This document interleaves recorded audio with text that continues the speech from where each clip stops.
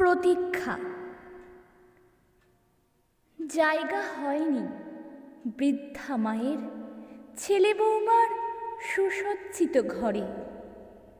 স্বামীহারা বৃদ্ধা এখন একা নির্জন স্টেশন চত্বরে।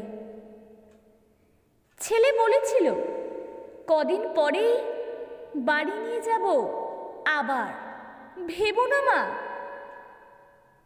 কত ট্রেন আসে, কত ট্রেন যায়, শুধু ছেলেই নিতে আসে না। দিন যায় যাত্রীর করুণা ভিক্ষায়, রাত কাটে ছেলে আসার প্রতীক্ষায়। ছেলে নিতে আসেনি আজও, হয়তো আসবে না কোনো দিন। হয়তো এভাবেই শোধ হবে অভাগিনী জন্মদাত্রীর ঋণ। প্রতীক্ষার ব্যথা বড় নিদারুণ, হার মানে গর্ভ যন্ত্রণা।